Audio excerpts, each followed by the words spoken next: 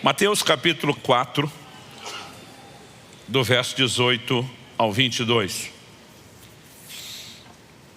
O texto sagrado diz assim: caminhando junto ao mar da Galileia, Jesus e os dois irmãos, Simão, chamado Pedro, e André. Eles lançavam as redes ao mar porque eram pescadores. Jesus lhes disse: venham comigo e eu os farei pescadores de gente. Então eles deixaram imediatamente as redes e o seguiram. Pouco mais adiante, Jesus e os outros dois irmãos, Tiago, filho de Zebedeu, e João, o irmão dele. Eles estavam no barco em companhia de seu pai, consertando as redes. E Jesus os chamou.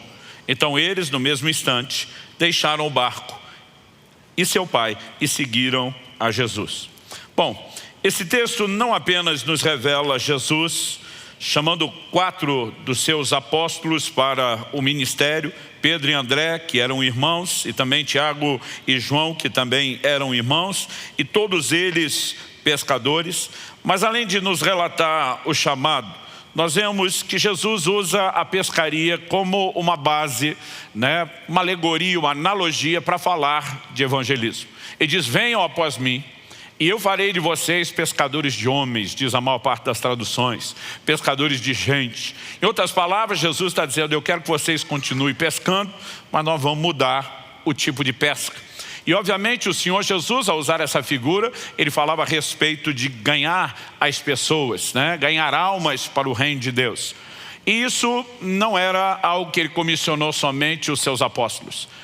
Obviamente, mais à frente, depois da sua morte e ressurreição, entre a sua ausência até o tempo do seu retorno, a igreja continuaria aquilo que Jesus começou.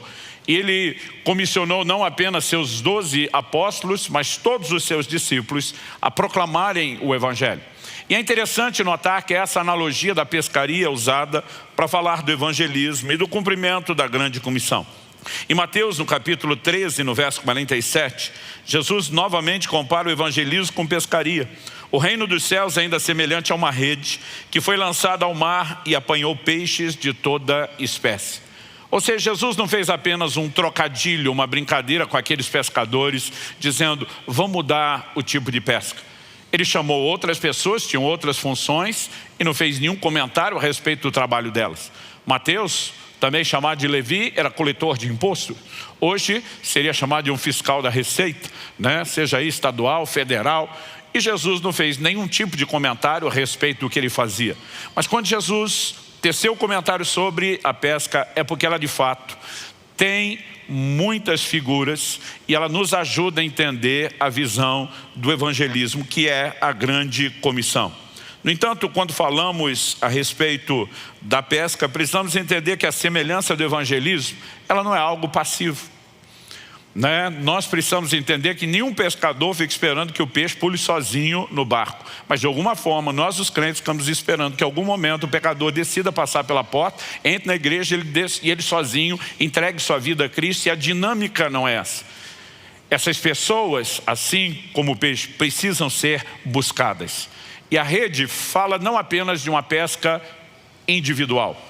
Em Mateus 17, 27, Jesus fala com Pedro a respeito de lançar um anzol. Quem lança um anzol está querendo pegar um peixe, pelo menos um de cada vez.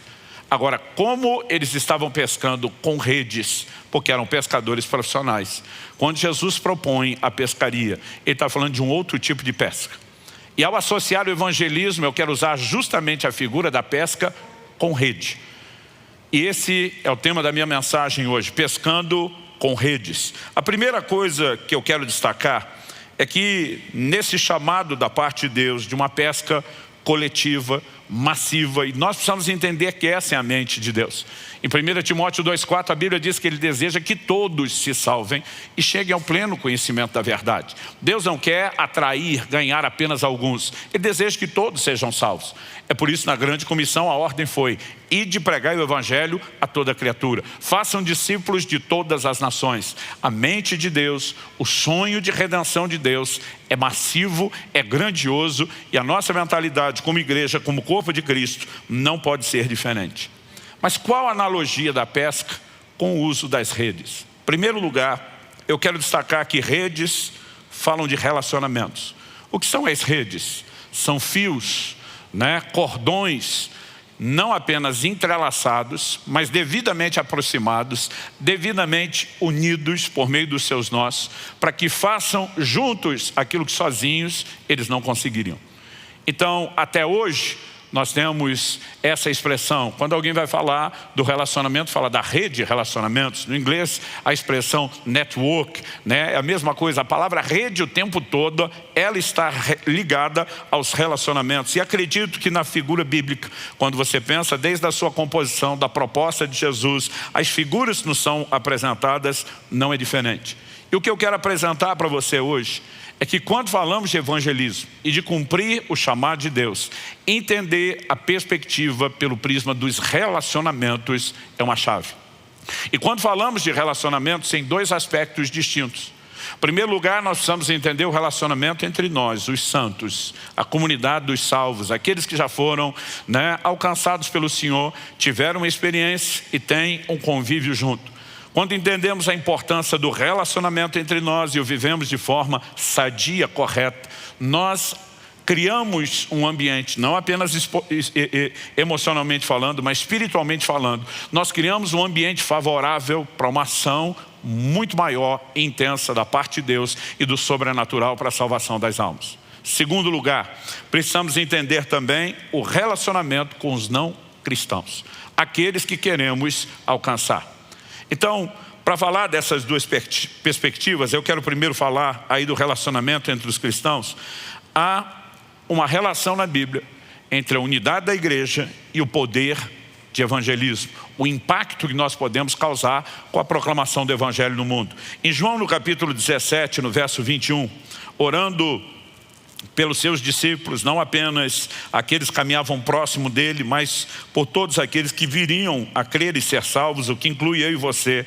Ele orando ao Pai diz assim: a fim de que todos sejam um. Ele estava orando pela nossa unidade.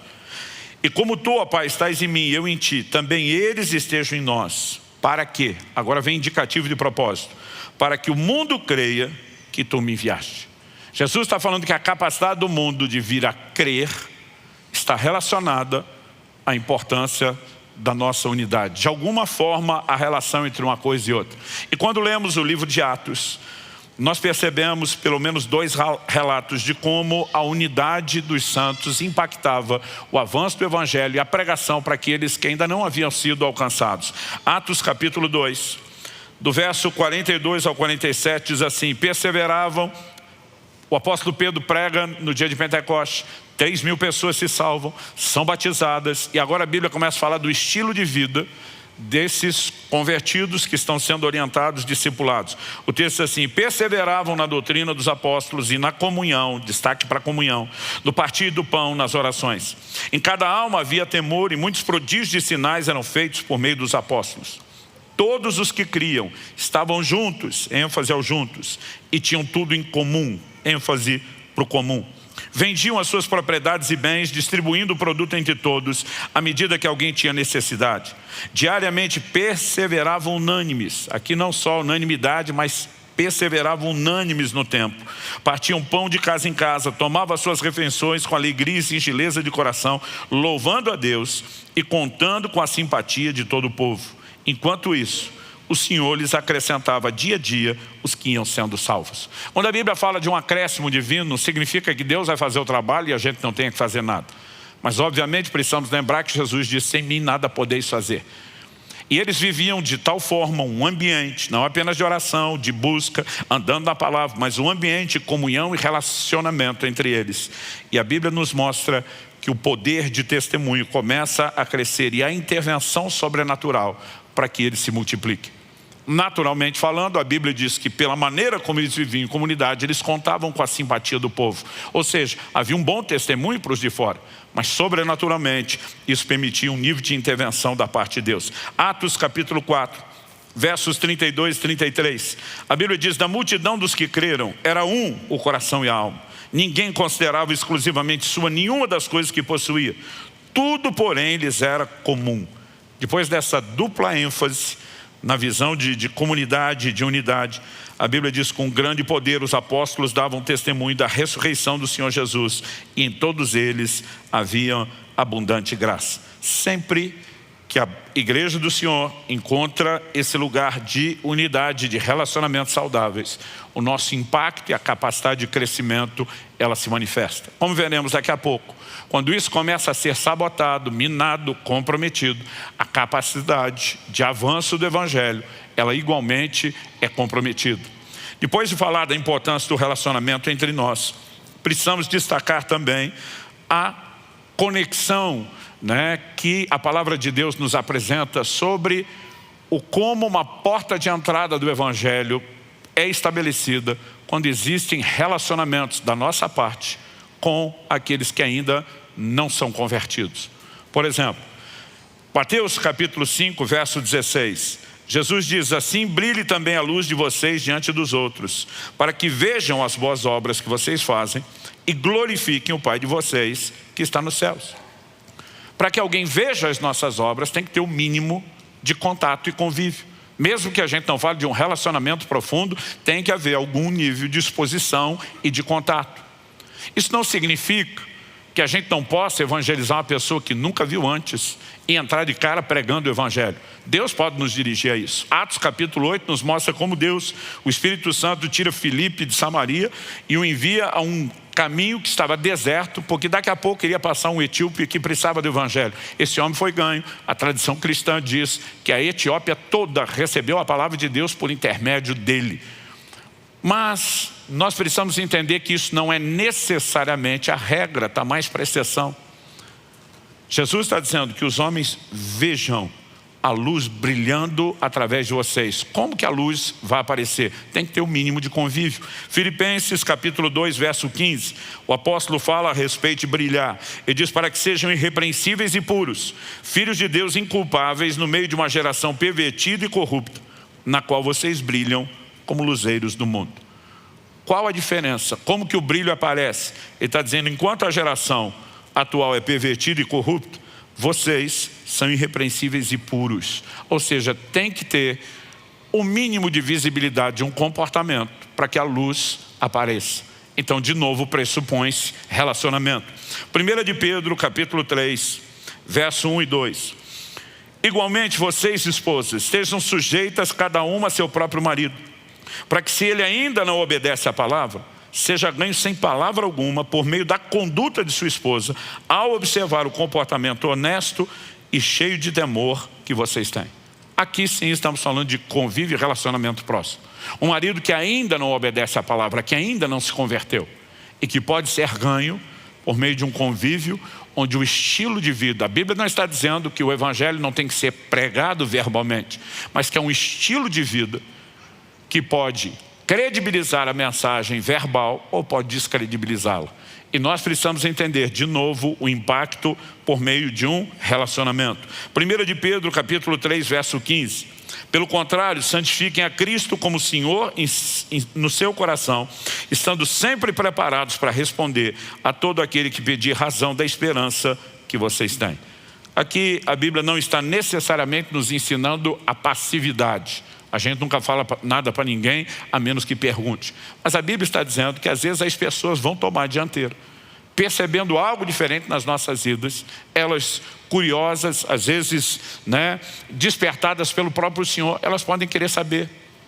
E esse momento nós precisamos estar prontos para saber responder. Aqui não estamos necessariamente falando de relacionamento profundo, mas tem que ter o mínimo de disposição para que isso seja gerado. Eu me lembro, logo no início do meu ministério pastoral, no comecinho, primeiro ano, estamos falando de quase 30 anos atrás, nós tínhamos ganhado para Jesus um camarada que tinha uma oficina. Eu lembro que naquela época, eu quase apelidei meu carro de o devorador, de tanto que ele ia para a oficina. Eu brinco que ele não podia ver um cara de macacão sujo de graxa, ele já dava um problema. Uma vez estava passando perto de um, ele começou a balançar, falei para o carro, larga a mão de CB, você é um borracheiro, pum, estourou o pneu. De tanta carência, de tanta necessidade que ele tinha de conserto. E como eu frequentava aquele ambiente com uma certa relativa frequência, nós acabamos ganhando o dono da oficina para Jesus. Ele estava indo na igreja, ele estava empolgado com Jesus, tentando evangelizar, levar todos os outros mecânicos, mas a maioria eram muito resistentes. Às vezes eu passava lá, ele pedia, pastor, dá uma palavra para a turma, mas você via todo mundo bem resistente. Um tempo depois, eu fui fazer uma viagem e tive um problema no carro.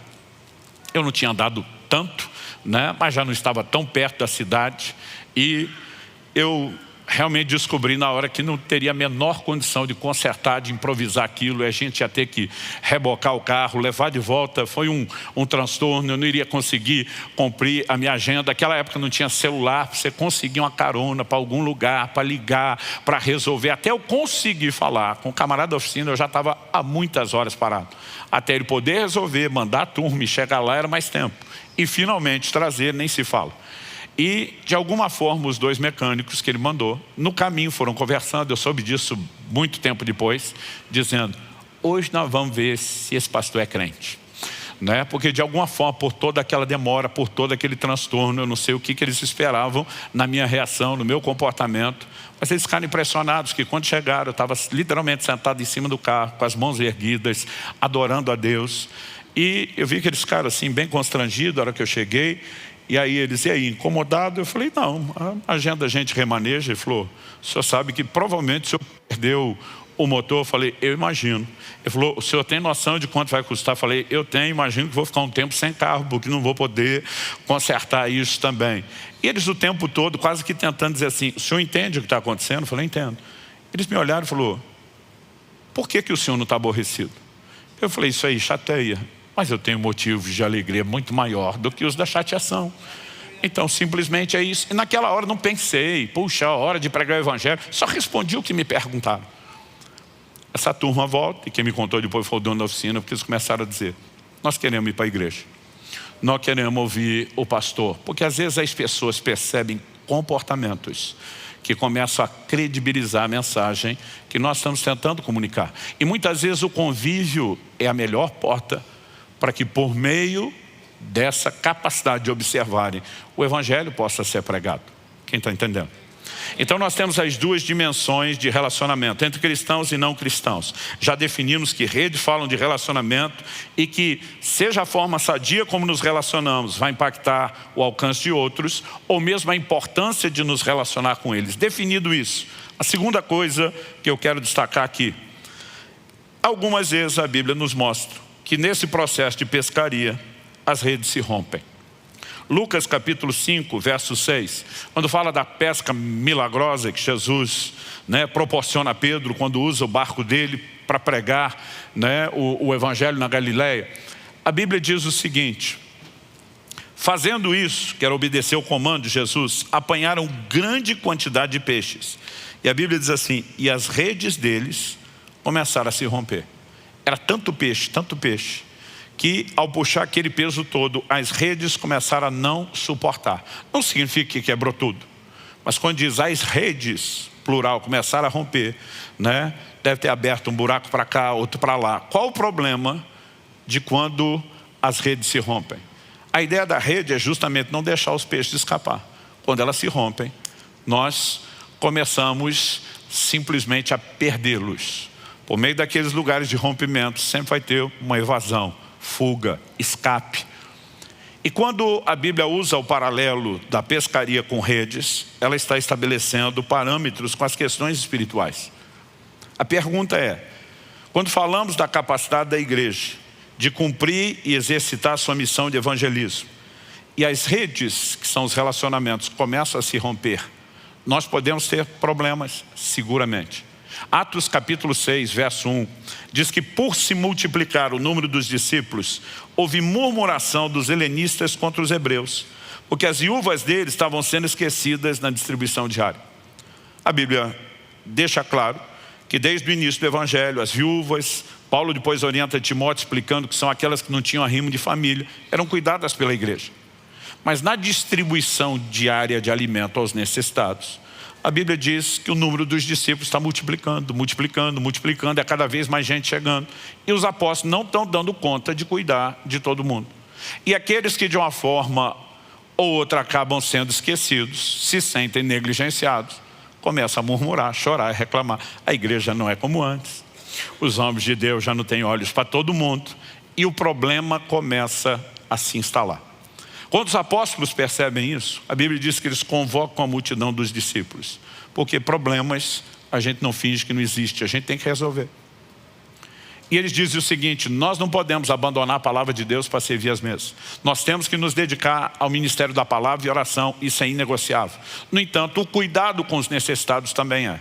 Já que o crescimento da igreja demanda isso, vamos levantar outros ministérios, vamos delegar funções. É aí que nós vemos surgir pela primeira vez os diáconos, e eles dizem: agora nós vamos ter gente cuidando de todo mundo para que ninguém seja esquecido, nós também vamos fazer aquilo que precisamos. A Bíblia diz que isso não apenas agradou as pessoas, o problema cessa, a coisa se torna funcional, a murmuração acaba, mas a Bíblia diz que o número dos discípulos começa a aumentar ainda mais. Porque normalmente a continuidade da multiplicação depende do conserto dos relacionamentos. Quando nós não cuidamos com isso, nós vamos comprometer a capacidade de avanço. Outro dia alguém falou: pastor, eu sei que o senhor fala bastante da importância do relacionamento na vida cristã, mas nós estávamos dentro de um contexto de um aconselhamento conjugal. Ele falou: mas vamos falar sério, casamento não é fácil não. Eu falei: meu amigo, a dificuldade não é o casamento. Ele: como não? Eu falei: não é o casamento. Falei: a dificuldade é você, a dificuldade sou eu, a dificuldade é cada um de nós. Falei: se o problema fosse casamento, só marido e mulher que se bicavam. Pai e filho não tinha desentendimento, os irmãos também não tinham. Ele falou: o problema é a família toda então. Eu falei: não é só a família. Ele falou: eu falei para ele: se você é um solteiro e vai dividir a casa com um amigo, você vai ter problema com o amigo. Ele falou: então o problema é morar na mesma casa? Eu falei: se fosse isso, você não tinha problema com o vizinho, não tinha problema com gente no trabalho. Ele falou: pastor, o problema está em todo lugar. Eu falei: o problema está na gente. E nós precisamos entender que, embora seja um desafio, a Bíblia fala muito dos relacionamentos como algo que nós precisamos cuidar. Assim como quando eles resolvem o problema ali em Atos 6:1, o crescimento volta a acontecer. Qual foi a solução de Pedro naquele momento que as redes começaram a romper? O versículo seguinte, o 7 de Lucas 5 diz: então fizeram sinais aos companheiros do outro barco para que fossem ajudá-los. A Bíblia diz: e foram e encheram ambos os barcos a ponto de quase afundarem. Agora a pergunta é: se os dois barcos ficaram tão cheios a ponto de quase afundar, e Pedro não chama a turma do segundo barco, provavelmente Tiago e João, os demais peixes que encheram o segundo barco teriam sido alcançados? Não. Nós precisamos entender a importância de nos unirmos sempre visando uma pescaria maior. A pesca com rede fala de algo massivo, maior, abrangente. E os relacionamentos são importantes. E nós precisamos entender que os relacionamentos estão continuamente expostos a riscos. Não necessariamente aquele nível onde se acabe, não há conserto, mas onde eles podem ser estremecidos. E nós precisamos entender por que a Bíblia nos ensina a andar em amor, nos ensina a andar em perdão, em ser pacientes uns para com os outros, tolerantes. Por quê? Os relacionamentos requerem manutenção. E quando falamos disso, eu quero chamar a sua atenção para o princípio bíblico da manutenção das redes. O pescador não tem como missão apenas o ato da pesca. Existe por trás todo um pano de fundo. Se a pesca acontece com redes, ele tem responsabilidade em relação às redes. E uma delas, não é meramente a confecção, uma delas é a manutenção. Lucas capítulo 5, verso 2, que introduz o milagre que Jesus faria no barquinho de Pedro. A Bíblia diz assim: então Jesus viu 2 barcos junto à praia do lago. Os pescadores tinham desembarcado e estavam lavando as redes. Gente, pensa numa informação da Bíblia que me deixava confuso. Eu dizia: lavar a rede para quê? Acabou de sair de dentro d'água. Isso para mim era tão confuso como quando criança eu saía da piscina e mamãe dizia: agora tem que tomar banho. Eu dizia: mas a gente estava tomando banho. Não, tem que tomar banho do banho que você tomou. É lógico, depois de adulto você entende algumas questões, como por exemplo, a própria questão do cloro na piscina, sem contar a razão pela qual tem que pôr o cloro na piscina. Mas eu lembro que quando criança aquilo não fazia o menor sentido, mas mesmo depois de adulto eu pensava: por que alguém lava a rede? Outro dia alguém falou: não, pastor, é água salgada. Eu falei: mas vai lavar com a mesma água. E quem pesca no rio vai lavar com a mesma água. E eu realmente não consegui entender isso. Eu já estava no ministério, uma certa ocasião fui pregar em Florianópolis, e um irmão que estava nos recebendo, era o nosso anfitrião, ele era um pescador. Ele estava dando um giro conosco pelo norte da ilha, nos mostrando algumas coisas ligadas ao trabalho e também, né, algumas das praias do norte da ilha.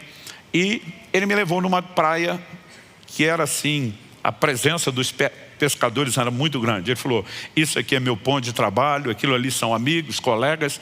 Eu lembro que vários deles estavam fazendo isso, lavando as redes. Eu falei, o que essa turma está fazendo? Ele falou, estão lavando as redes. Eu falei, cara, me explica esse negócio, que não faz sentido para mim.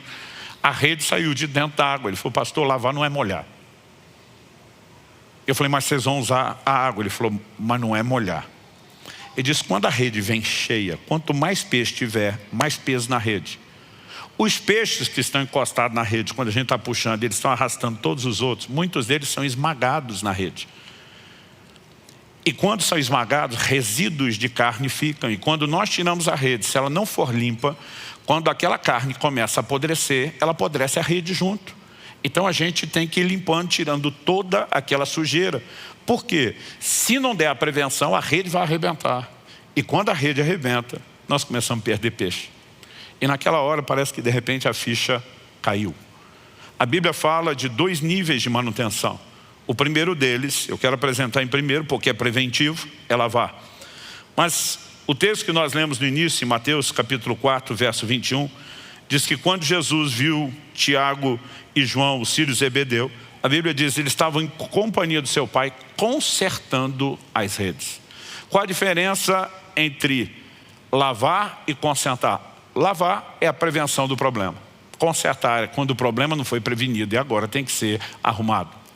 Então, por exemplo, todos nós preferimos trocar o óleo do carro do que ter que mandar o motor para retífica. É bem melhor prevenir, né, do que remediar, do que consertar depois.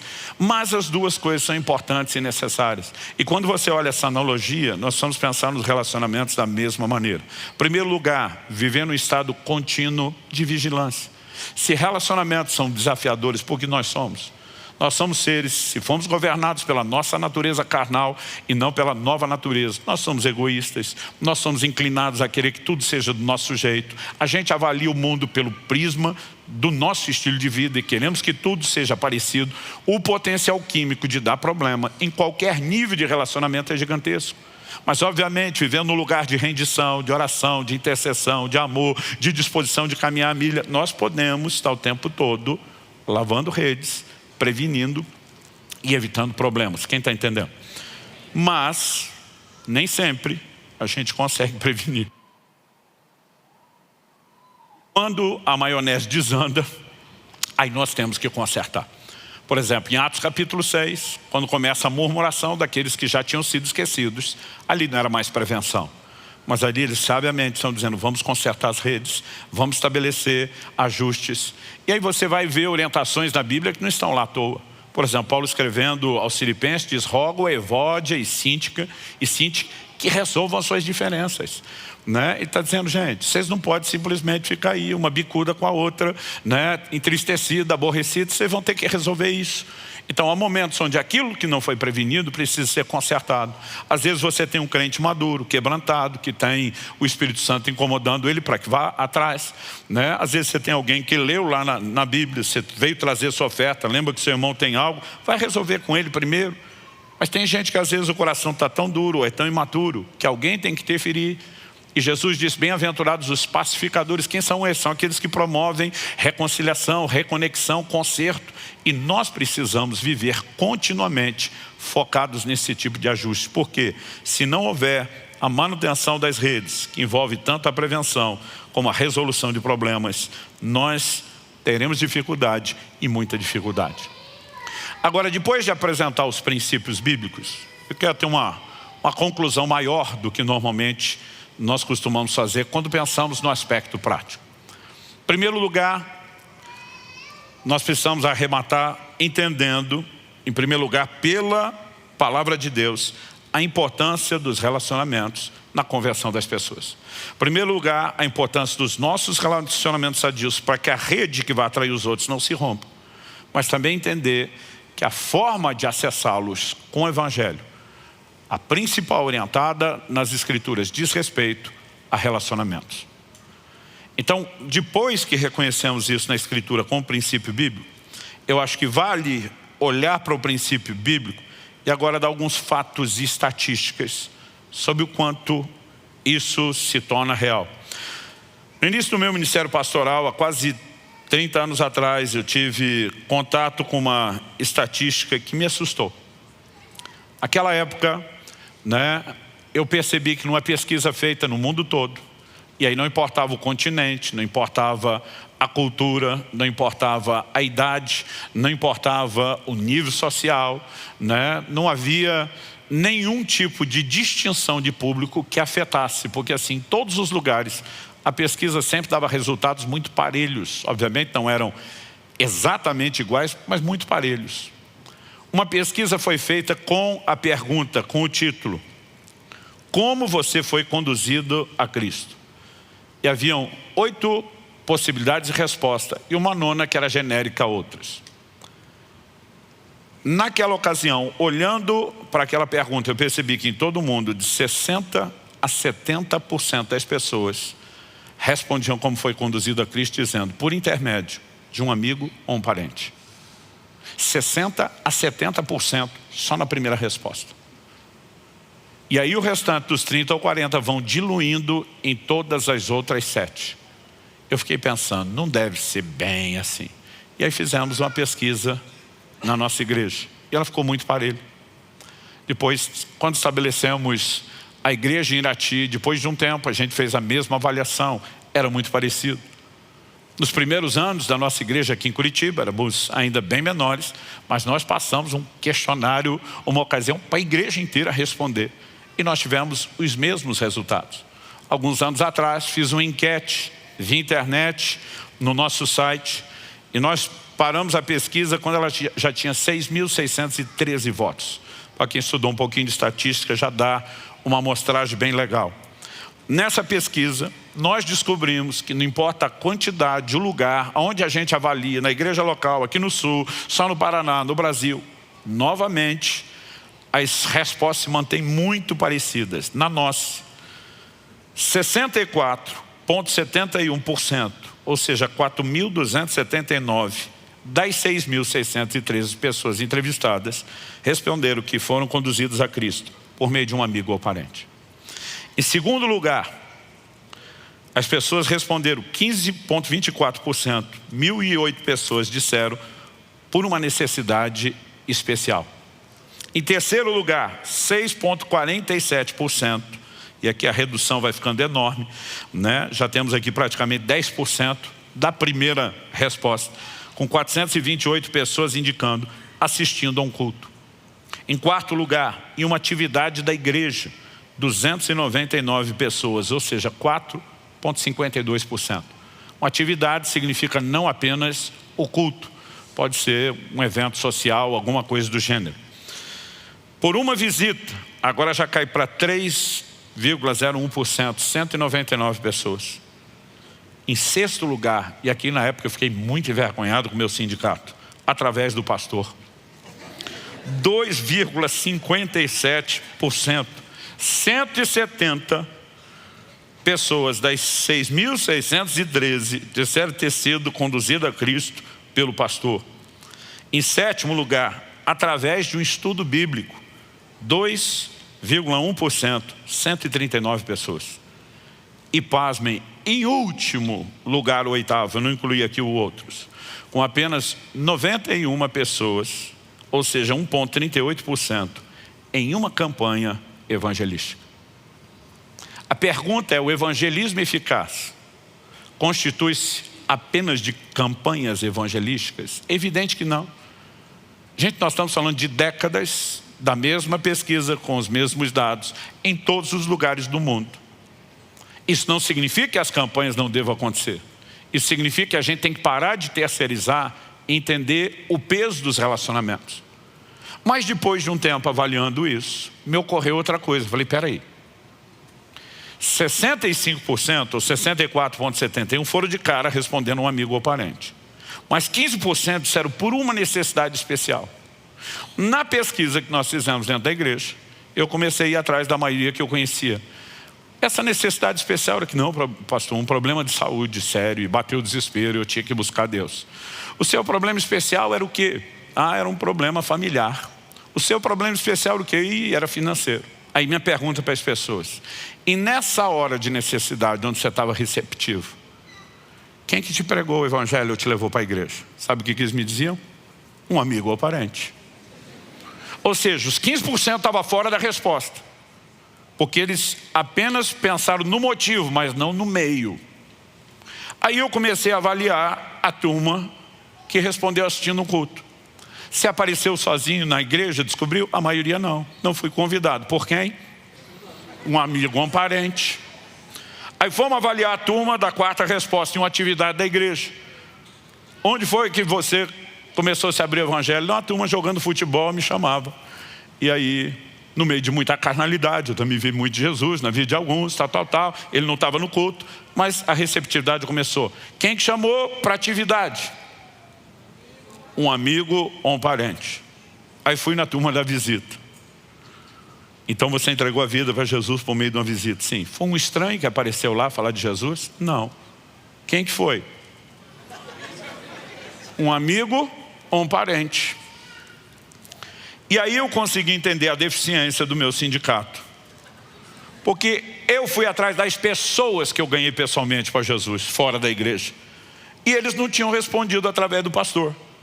E aí eu fui tomar satisfação, falei: vocês estão deixando ruim para nós. Eu te ganhei para Jesus, por que é que você não respondeu o pastor? Ele falou: o senhor não me ganhou como pastor? Eu nem sabia que o senhor era um pastor, o senhor era um vizinho, era um cliente. E começou a falar de Jesus, e depois que o senhor me levou, eu descobri que o senhor era pastor. Então mesmo quando eu ganhava a maioria deles, não estou falando de fazer o apelo no culto, porque a turma acha que fez o apelo ao pastor, ganhou. O cara que está no culto e vem no apelo foi trazido por quem? Um amigo ou parente. A maioria das pessoas que eu levei a Cristo não levei como pastor, levei ou como um amigo, alguém que teve alguma oportunidade de relacionamento, ou mesmo como parente, através de um estudo bíblico. Como é que você foi no estudo bíblico? As pessoas diziam: por meio de um amigo ou parente. E o mais ineficaz de todos, que era uma campanha evangelística, eu dizia: você parou lá por causa de um outdoor, de um anúncio no rádio? A maioria também não. Conhecido meu me convidou. Ou seja, dá para entender o quão importante, agora, depois de olhar os princípios, os fatos bíblicos, de como tudo se desenhou, como Jesus programou, ou como a coisa ainda continua acontecendo. Quem está entendendo? O problema quando a gente fala de evangelismo, vamos ganhar o mundo, a maioria de nós pensa: impossível, é muita gente. Outro dia um falou: não, pastor, eu me imagino assim com um baldinho, tentando jogar as ondas de volta toda uma vez. Eu falei: essa missão é coletiva, por isso nós estamos falando de pescar com redes. Nós vamos entrelaçar todos os fios, se é trabalho conjunto. A multidão ganha, não é resultado de um ou de outro, é a soma do que todos nós tocamos. Então deixa eu te ajudar a pensar num outro desenho. Se nossa missão é pregar o evangelho e ganhar outras pessoas para Jesus, vamos tentar entender o desenho do Brasil? No último censo de 2010, nós éramos 40 milhões de evangélicos. Antes dos resultados estão para sair do próximo. Os líderes estão discutindo, os mais conservadores, se estamos na casa dos 50 milhões, os mais empolgados dizendo que passamos 60 milhões. Mas vamos tentar ficar uma média conservadora aí no meio. Isso significa que hoje nós somos 1/4 da nação de evangélicos. E se nós somos 1/4 da nação, você sabe qual é o nosso desafio? Se cada um de nós, desse 1/4 da nação, ganhasse outras 3 pessoas para Jesus, e não tem que ser todo mundo esse ano, poderia ser ao longo da década, e não estou nem dizendo que nós ganhamos esse ainda vai ajudar a ganhar mais e a gente só ficou com mais nada disso. Se a gente imaginar que nossa meta de vida para a próxima década é levar 3 pessoas a Jesus, e cada um fizesse isso, sabe o que nós teríamos? Uma nação inteira rendida aos pés do Senhor, com mais 3. E eu tenho certeza que você tem pelo menos 3 pessoas no seu ciclo de relacionamento que precisam de Jesus. Mas muitas vezes nós não estamos sendo intencionais. Não, pastor, um dia eu tentei pregar o evangelho e vi que não tinha interesse. Como é que foi? Falei para ele: ou aceita Jesus ou vai para o inferno. Ele não quis Jesus, já decidiu o inferno. Falei assim, numa conversa. E sabe, às vezes nós não estamos lutando pelas pessoas, intercedendo. Colossenses 4:5 diz que nós temos que usar de sabedoria para a construção de fora. E aproveitar bem cada oportunidades surgirão. Então, para terminar de falar especificamente agora do relacionamento com os não cristãos que precisamos ganhar, nós precisamos entender que a receptividade de cada pessoa ao evangelho é diferente. E nós devemos trabalhar, né, com cada tipo de pessoa não crente com estratégias diferentes. Todo pescador sabe que dependendo do tipo de peixe que ele vai pegar, a estratégia muda. Então há lugares onde a turma sabe, tem a hora da maré, tem a hora certa, tem a hora que se alimenta, tem o lugar onde tem mais ou menos correnteza. Eles vão conhecendo a dinâmica e eles passam a se ajustar para serem mais efetivos. E quando a Bíblia diz que nós temos que aproveitar as oportunidades, usando de sabedoria, Deus está nos mostrando que a gente tem que ter essa capacidade de discernir. Por quê? Tem gente que está mais pronto para ser pescado do que outro. Tem uns que estão se oferecendo. Eu já encontrei pessoas que me disseram o que eu preciso fazer para entregar a vida a Jesus. Eu digo, uau, você veio prontinho. Não deu trabalho nenhum. Agora tem outros que você insiste, prega, ora, intercede, discute, né? A pessoa aproxima, afasta.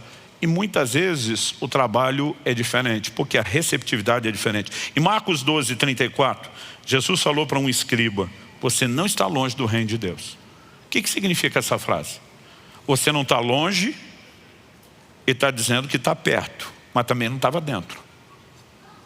Mas Jesus está dizendo, você está bem mais perto do que outros estão bem mais longe, apesar de não ter entrado. Resumindo, falando uma linguagem mais simples, você está facinho. Você está já na porta. Em Lucas 10, de 1 a 7, quando Jesus envia 70 dos seus discípulos para pregar o evangelho nas cidades, ele diz, quando chegar, vocês vão procurar uma casa para ficar. Vocês têm que ser hospedados. Eles não tinham essa estrutura de hotel que nós temos hoje. Então ele diz, cada vez que vocês entrarem numa casa, tentando achar o ponto, o lugar, a base, onde vocês vão ser hospedados, procure o anfitrião de vocês usando o seguinte critério. Saúdem aquela casa. Jesus disse, se houver ali um filho da paz, a paz permanecer sobre a casa é o lugar. Se a paz retornar, Jesus está dizendo, deu ruim. Sabe o que ele está falando? Antes de pregar o evangelho para toda a cidade, vocês vão achar aqueles que estão com o coração mais aberto, mais prontos. Quem está entendendo? Em Atos, no capítulo 10, nós vemos que quando Pedro foi pregar na casa de Cornélio em Cesareia, ele explica depois em Atos 11, o relato do ocorrido está no capítulo 10, mas a explicação está no 11, que quando o anjo apareceu para ele, mandou chamar Pedro, dizendo onde é que Pedro estava. O anjo disse assim, manda chamar Pedro, o qual te dirá palavras, mediante as quais será salvo tu e toda a tua casa. A palavra ali traduzida casa, oikos ou oikos no grego, ela não significa só aquela família primária, marido, mulher e filhos. Ela fala de pessoas que não só moravam na mesma casa, e antigamente a dinâmica era diferente da nossa, né? Hoje isso não é tão comum ou tão frequente, mas antigamente era um amontoado de gente. A Bíblia diz que Jesus curou a sogra de Pedro na casa dele. Ou seja, o núcleo familiar de gente morando no mesmo lugar já era maior. Mas a palavra oikos era usada inclusive para os amigos que frequentavam a casa. Quando Pedro chega para pregar para Cornélio, não está só a família imediata. A Bíblia diz que Cornélio tinha chamado seus familiares e amigos próximos. E de novo nós vemos que o evangelho que será espalhado começa através de um homem piedoso. A Bíblia diz que ele era temente a Deus, ele fazia orações, dava esmolas, não entendia ainda a salvação em Cristo, mas era alguém que estava buscando. E Deus diz, vou pegar esse que está mais próximo, e através dele eu vou usar a conexão dos relacionamentos. Dá para perceber? Então está em toda a Escritura. Dr. Ralph Neighbor Jr., um dos maiores estudiosos, um dos maiores especialistas estudando as igrejas em células no mundo, ele fala no livro Tocando Corações, um guia prático, uma publicação inclusive do Ministério Igreja em Células aqui de Curitiba. Ele fala de 2 tipos básicos de pessoas a serem evangelizadas. Ele os divide em tipo A e tipo B. O que é o tipo A? Tipo B. Tipo A, facinho. Tipo B, dificinho. Tipo A, aberto e receptivo. Tipo B, fechado, coração endurecido, não interessado. E depois de simplificar isso, ele dá as características do tipo A. Ele relaciona 6 dos receptivos. Estão dispostos a participar de um culto, uma célula. Aquele que você chama, ele responde logo, ou às vezes ele pergunta. Possuem as mesmas crenças gerais. Ele pode até não estar convertido, mas tem aqueles conceitos de céu, inferno, Deus, Bíblia, Jesus. Podem ter sido membros de uma igreja, hoje estão inativos ou frios, distantes, desviados. A gente pode usar todo tipo de terminologia. Estão buscando por alguma coisa, como Cornélio, o cara está tentando achar um sentido, uma conexão. Seu conhecimento bíblico é incompleto, não entendeu tudo, mas já tem alguma coisa. Estão abertos à explicação do plano de salvação. Quando você encontra esse tipo de gente, a abordagem, o convite, tudo é mais fácil. Mas as pessoas são só assim? Não, você tem as do tipo B, também em diferentes graus. Tanto de facilidade para um, como dificuldade para o outro. As características delas: não têm interesse na fé cristã, não têm em comum conosco as mesmas crenças gerais. Elas nunca foram membros de igreja, não estão buscando o propósito divino para si, não estão interessados em participar das atividades da igreja, possuem pouco conhecimento bíblico e do cristianismo e não estão abertos ao estudo bíblico nem à explicação do plano de salvação. Como que nós acessamos essas pessoas? É aqui que ele explora a ideia de que um relacionamento de amizade deve ser iniciado para que elas possam ser expostas à realidade do Cristo vivo na nossa vida.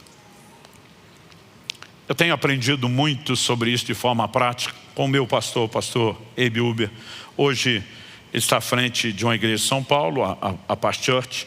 Mas alguns anos atrás, depois de ter edificado uma das maiores igrejas que nós temos na nação, que está lá em Santarém, no Pará, eles foram para um projeto missionário plantar igrejas no estado do Ceará, começando por Fortaleza e depois espalhando para o estado. O pastor Abe levou muitas famílias, foram mais de 40 famílias com ele, pelo menos eu sei que foram, e ele chega com muitos líderes prontos. Às vezes quem começa uma igreja sabe que leva anos para você formar toda a liderança, mas apesar dele ter ganhado tempo na formação da liderança, porque eles fizeram uma colonização na ida para plantar aquela igreja, quando eles chegam lá, qual o propósito da igreja? Ganhar pessoas. Como é que se conecta com as pessoas? Você não fica na rua arrastando quem passa na calçada para dentro do culto. Então o primeiro ano eles não abriram a igreja. O pastor Abe falou: nós vamos conhecer a cidade, nós vamos conhecer a cultura do estado, do nordestino.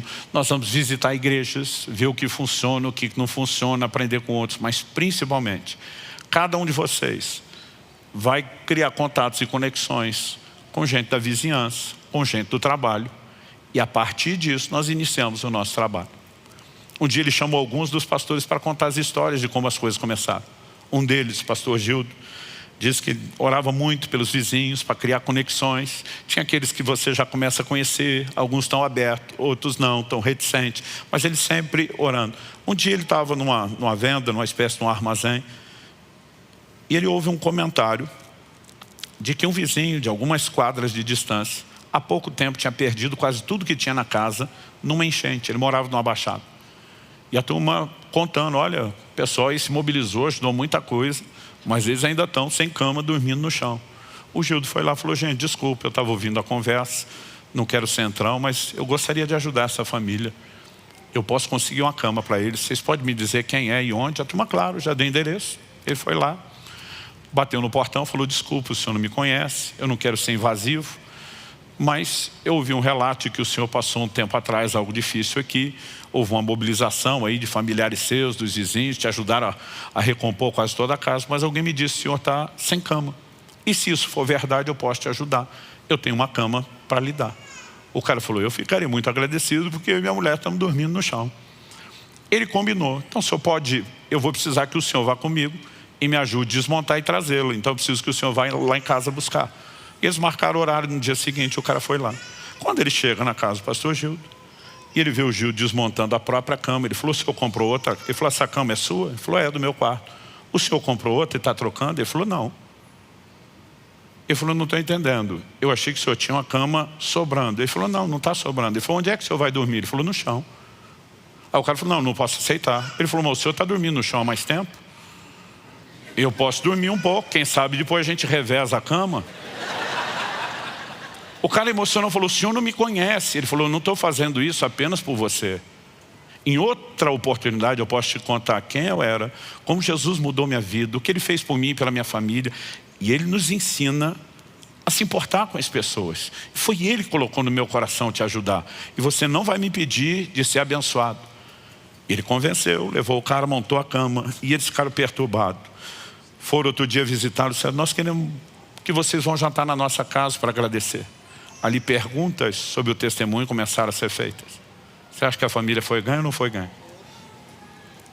Nós precisamos aprender a ser intencionais. E quando as pessoas descobrem que nós não estamos pregando o evangelho tentando tirar a gente, tem muita gente que por conta da mídia, e muita gente deu material para a mídia falar mal dos crentes de uma forma generalizada, eles acham que nós só estamos interessados no dinheiro deles. Quando as pessoas veem que você está disposto a meter a mão no seu bolso e financiar necessidades e ajudá-las, e que a nossa visão de evangelho é oferecer e não tirar, tudo muda. Conexões começam a se abrir, portas começam a se abrir, e por meio de um estilo de vida e não só de uma mensagem, nós podemos fazer diferença na vida das pessoas. Eu creio que nesse ano 2023, Deus quer que a gente pesque e que as redes venham cheias, mas sem se romper. Mas nós não podemos esperar que isso apenas aconteça sozinho. Nós temos que intencionalmente nos unir com Deus, recebendo a direção dEle, o encorajamento, o despertamento dEle, e dizer: nós vamos fazer girar. Uma das reuniões que tivemos de aniversário, juntando o pessoal de todos os cultos, uma pessoa me perguntou: o senhor sonhava com uma igreja desse tamanho, com milhares de pessoas? Eu falei: não. Ele falou: então isso é maior do que você planejou? Eu falei: não, eu sonhava com algo muito maior do que o que nós temos. Porque tem muita gente para ser salva. E nós não temos o direito de dizer: tá bom para nós. E para os outros que ainda não foram alcançados. Então nós precisamos ter um coração que não pare de pulsar, de amor, de preocupação pelos perdidos, que se disponha a unir-se com o Senhor nesse grande projeto de salvação. Essa é a nossa missão. Você recebe essa palavra em nome de Jesus. Pai, nós suplicamos que não apenas aqui e agora, mas que aquilo que ouvimos continue agindo, não apenas no nível da mente e da razão, mas no íntimo do coração, e que mais do que informações, que nos ajude a entender a doutrina, os princípios bíblicos, uma maneira funcional e prática que o Senhor nos tem dado de pregar o evangelho, usando portas de relacionamento.